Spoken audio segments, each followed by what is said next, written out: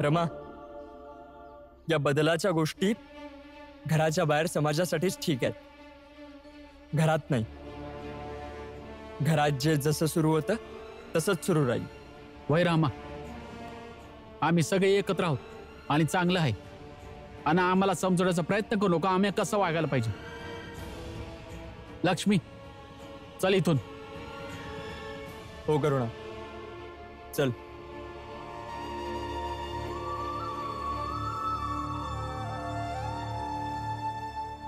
ताई, तुम्ही नाही जाणार? नाही रमा, राहू दे. आता काय एक नवीन लढाई सुरू करायची? वय रमा, आपण जाऊया. जी लोक स्वतःसाठी लढत नाहीत ना, त्यांच्यासाठी दुसरा कोणी लढू शकत नाही. आणि जेव्हा एखादा माणूस लढाई न करता हार मानतो, तेव्हा फक्त त्यो नाही हारत, आजूबाजूचे समधे लोक हारतात, येणाऱ्या पिढ्या हारतात.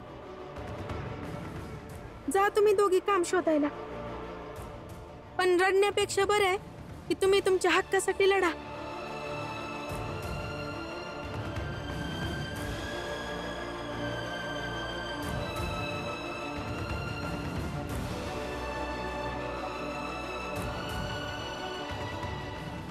काय झालं?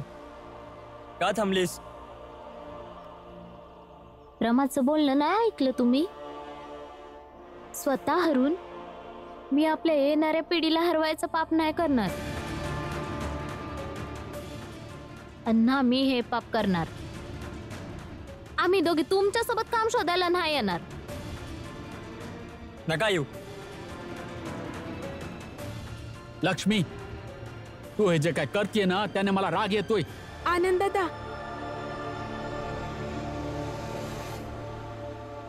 आपल्या बायकोला न मारणं म्हणजे तिला समान अधिकार दिला असं नसतं. ठीक आहे, मग समजावं तर यांना बरोबरीचा अर्थ. आम्ही काम शोधायला चाललो. चला बाळा दादा.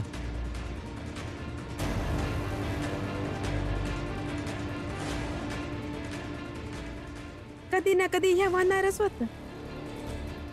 आता आवाज झालाच आहे तर तुम्ही दोघी शांत नका राहू. हा,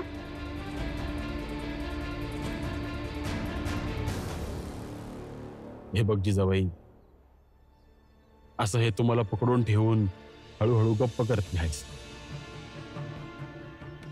आणि असं कुणापासून त्याचे अधिकार हिरवणं जास्त धोकादायक असतं. एकतर तो गुदमरून मरून जाईल, नाहीतर त्याच्या विरुद्ध उभा राहील. तुझा नवरा आहे मी, तुझ्या विरुद्ध काय उभा राहू? बस हळूहळू गुदमरून मरायला नको. बघा, हे प्रत्येक वेळी मरायची धमकी नको देत जा मला. आणि मी असं काय बांधून ठेवलंय तुम्हाला? फक्त प्रत्येक वेळी एकच सांगते मी की आता वय झालंय तुमचं, म्हणून आता नवरा बनवून माझ्या संग आता राहा, आणि बायको म्हणून मला तुमची सेवा करू द्या. बसून राहिलो तर गुन्हेगार ठरल. मी भीमसाठी मोठी स्वप्न बघितली आहे. त्याच्या परदेशी जायच्या निर्णयाबद्दल मी त्याच्याशी बोललोय आणि तो तयार पण आहे. त्याच्या मनानं. पण परदेशात जायला लागणारे पैसे तो एकटाच जमवतो आहे बघ, आणि ते बघवत नाही मला.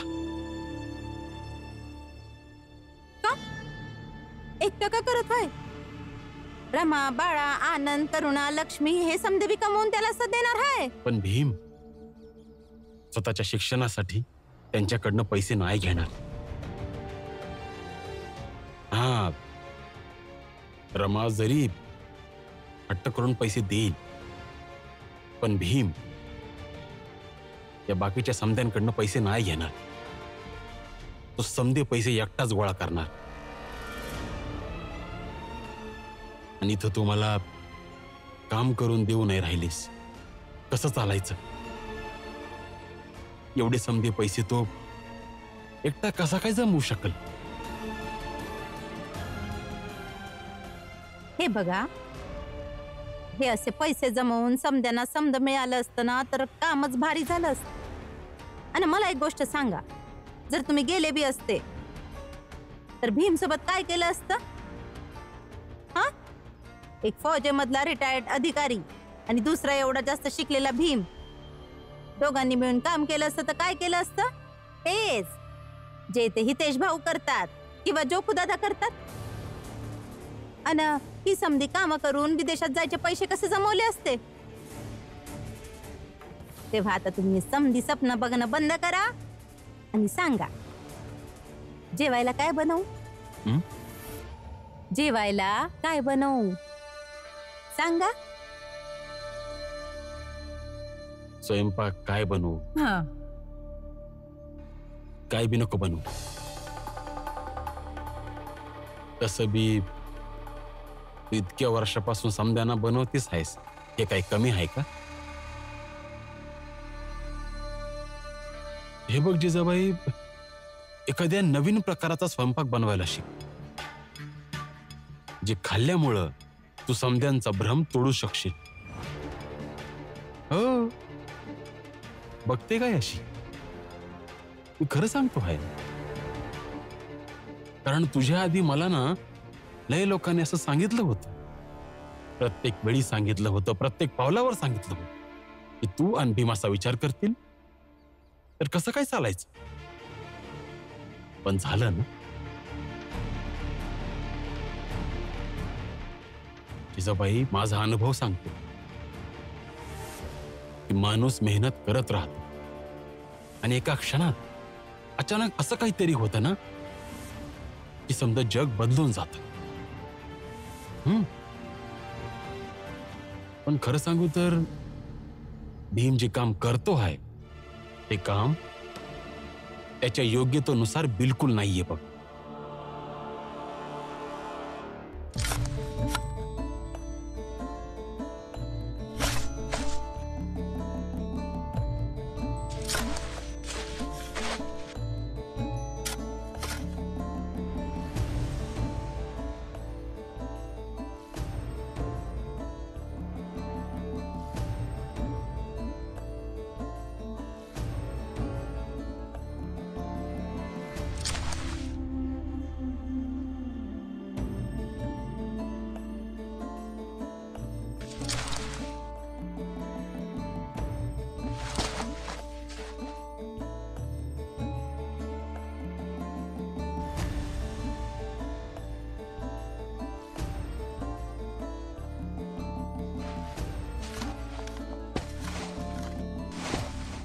आणि हो जिजाबाई, एक वेळ अशी बी येईल की त्याची ही वेळ सुद्धा बदलून जाईल आणि भीम पुन्हा एक पाऊल ना पुढे टाकल.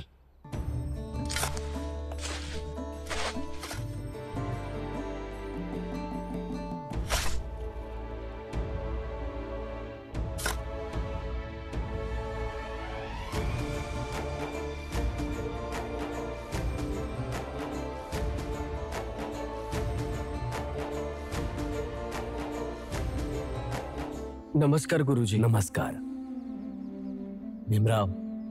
ही माहिती असताना देखील कोणतेही काम छोटे किंवा मोठे नसते, परंतु तुझे असे टोपल्याने माती वाहणे तुझ्या पात्रतेच्या योग्यतेचे नाहीये.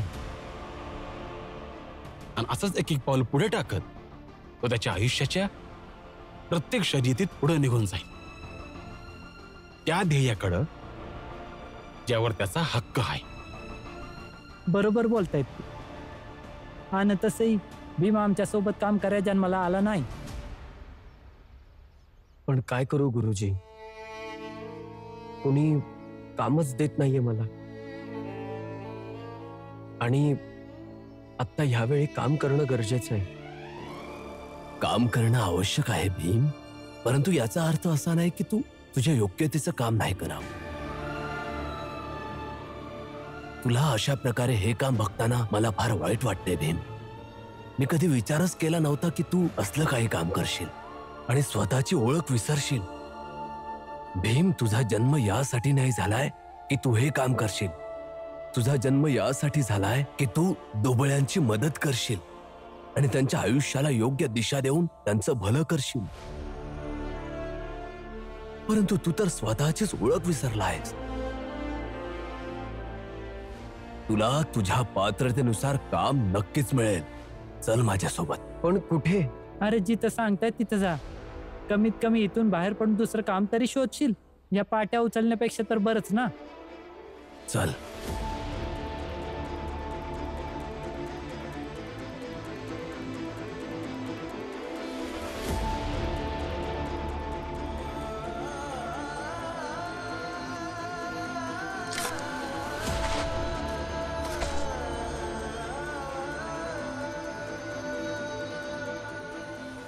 एक दिवस असा बी येईल की भीम ते काम करायला लागल ज्या कार्याला करून समद्यांना अभिमान वाटल, समद्यांना गर्व होईल. हे काम भीमाने केलंय ते. वाटच बघा, असं काय बी होणार नाही. होणार, नक्की होणार. माहित नाही तो दिवस बघायला मी जिवंत राहील की नाही, किंवा तू बी जिवंत राहशील की नाही. पण जिजाबाई, हे होणार नक्की. होईल, नक्की होईल. असे कितीतरी लोक आले आणि भीम हो जिजाबाई, तू काय विचारत होतीस? जेवायला काय बनवू? पोळ्या बनवून टाक. कांदा कापून घे, थोडी चटणी बी असली तरी चालेल. आणि झालं तर नोकरी करायला मला जरा बाहेर जाऊ दे. तुमच्या पेन्शनवर आपलं घर चांगलं चाललं आहे म्हणून नोकरी करायची काही बी गरज नाही. आणि हा, जेवण झालं की वाढून देईल. तोवर इथंच बसा. नोकरी करायला चाललोय.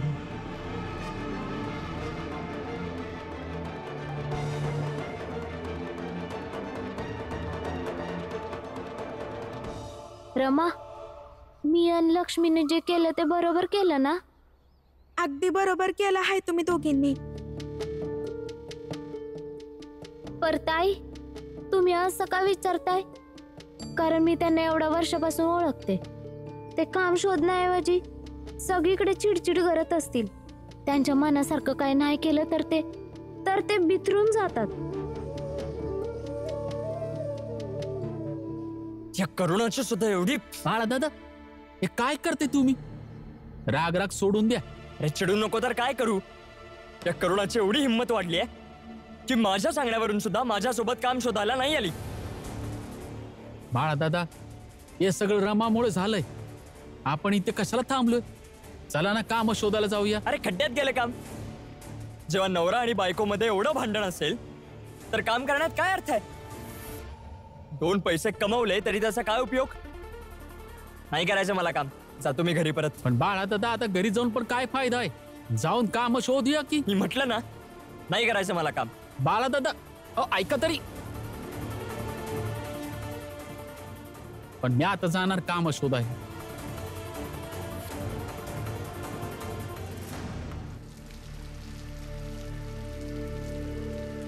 परताई, तुम्ही जे बोलताय त्यावरून तर असंच वाटते की बाळादादा परत आपल्या घरी निघून जातील.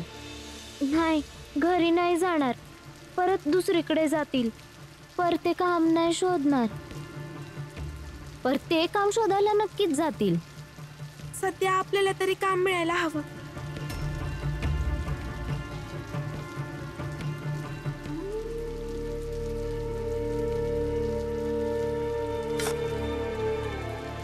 ताई, तिकडे विचारायचं का? कदाचित काम मिळू शकतं. पर रमा, एवढ्या पावसात? हे लोक बी कामं करतच आहेत ना, मग आपण बी करू शकतो. ठीक आहे, चल चल.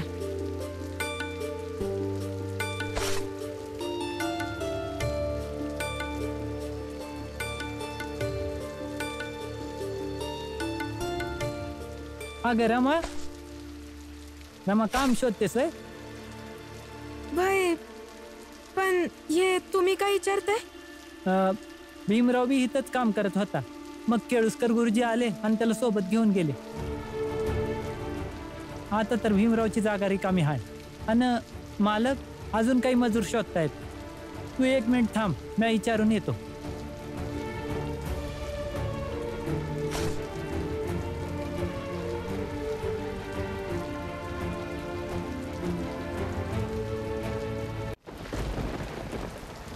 आमचं मालक वय म्हणाले, तुम्ही तिघी बी काम करू शकता. वय रमा, इथंच काम करूया. चल. हो चला. ऐका बोल ना, ना. तुम्हाला माहिती आहे का की केळुसकर गुरुजी त्यांना कुठे घेऊन गेले आहेत? नाही.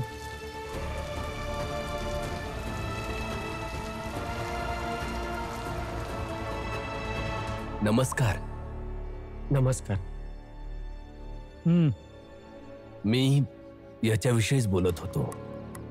तुमच्या वृत्तपत्राच्या मालकांसोबत बोलणं करून काल तुम्हाला जी चिठ्ठी पाठवली होती ती याच्यासाठीच होती. काही शिकला वगैरे आहे का? ग्रॅज्युएशन पर्यंतचं शिक्षण पूर्ण केलेलं आहे आणि आता पुढे शिकण्याचा विचार सुद्धा करतोय. अरे एवढं शिकून सवरून काय करणार आहेस? तेच करेल जे तुमचं हे ऑफिस करतं. म्हणजे मला काही कळलं नाही.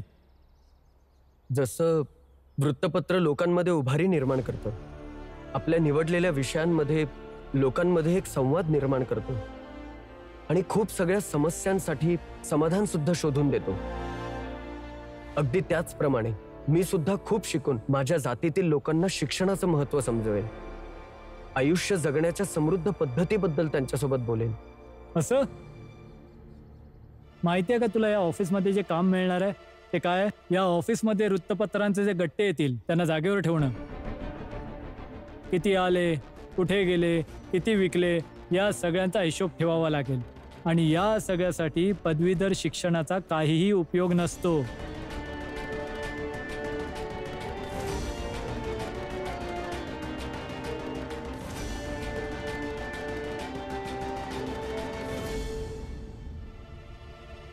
पण तसं पाहिलं तर सर, शिक्षण काम करण्याच्या पद्धतीला बदलतं आणि त्याचा परिणाम सुद्धा उत्तम निघतो. जे समजून सुरू करायचंय ते कर, परंतु आमची एक अट आहे.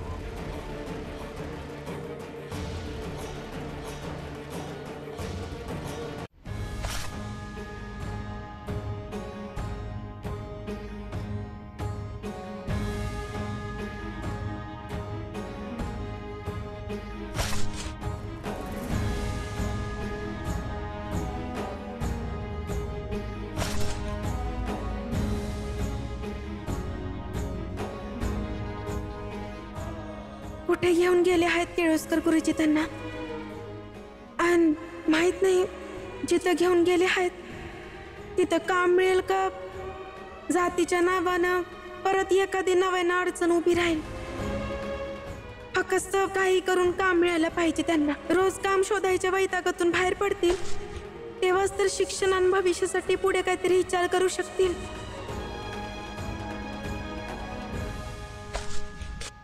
अट? परंतु जेव्हा आमचं बोलणं झालं तेव्हा तर कोणतीच अट नव्हती. पण आता आहे. बोला की, सांगू अट की निघता इथून तुम्ही? हे बघा, मुलगा खूप मेहनती आहे आणि खूप समंजस पण आहे. गुरुजी, काय अट आहे तुमची?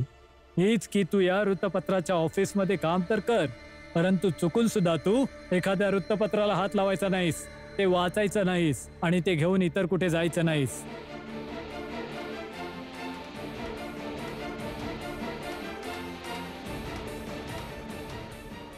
ही कशी अट आहे?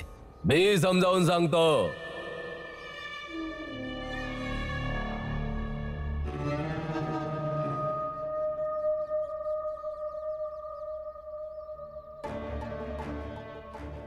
मी सांगतो ना गुरुजी. नमस्कार. काय ना, या अटीच्या अनेक बाजू आहेत ज्या सहजपणे या भीमरावला कळणार नाही. म्हणूनच मी स्वतः जातीने आलो आहे त्याला उदाहरण देऊन समजवायला.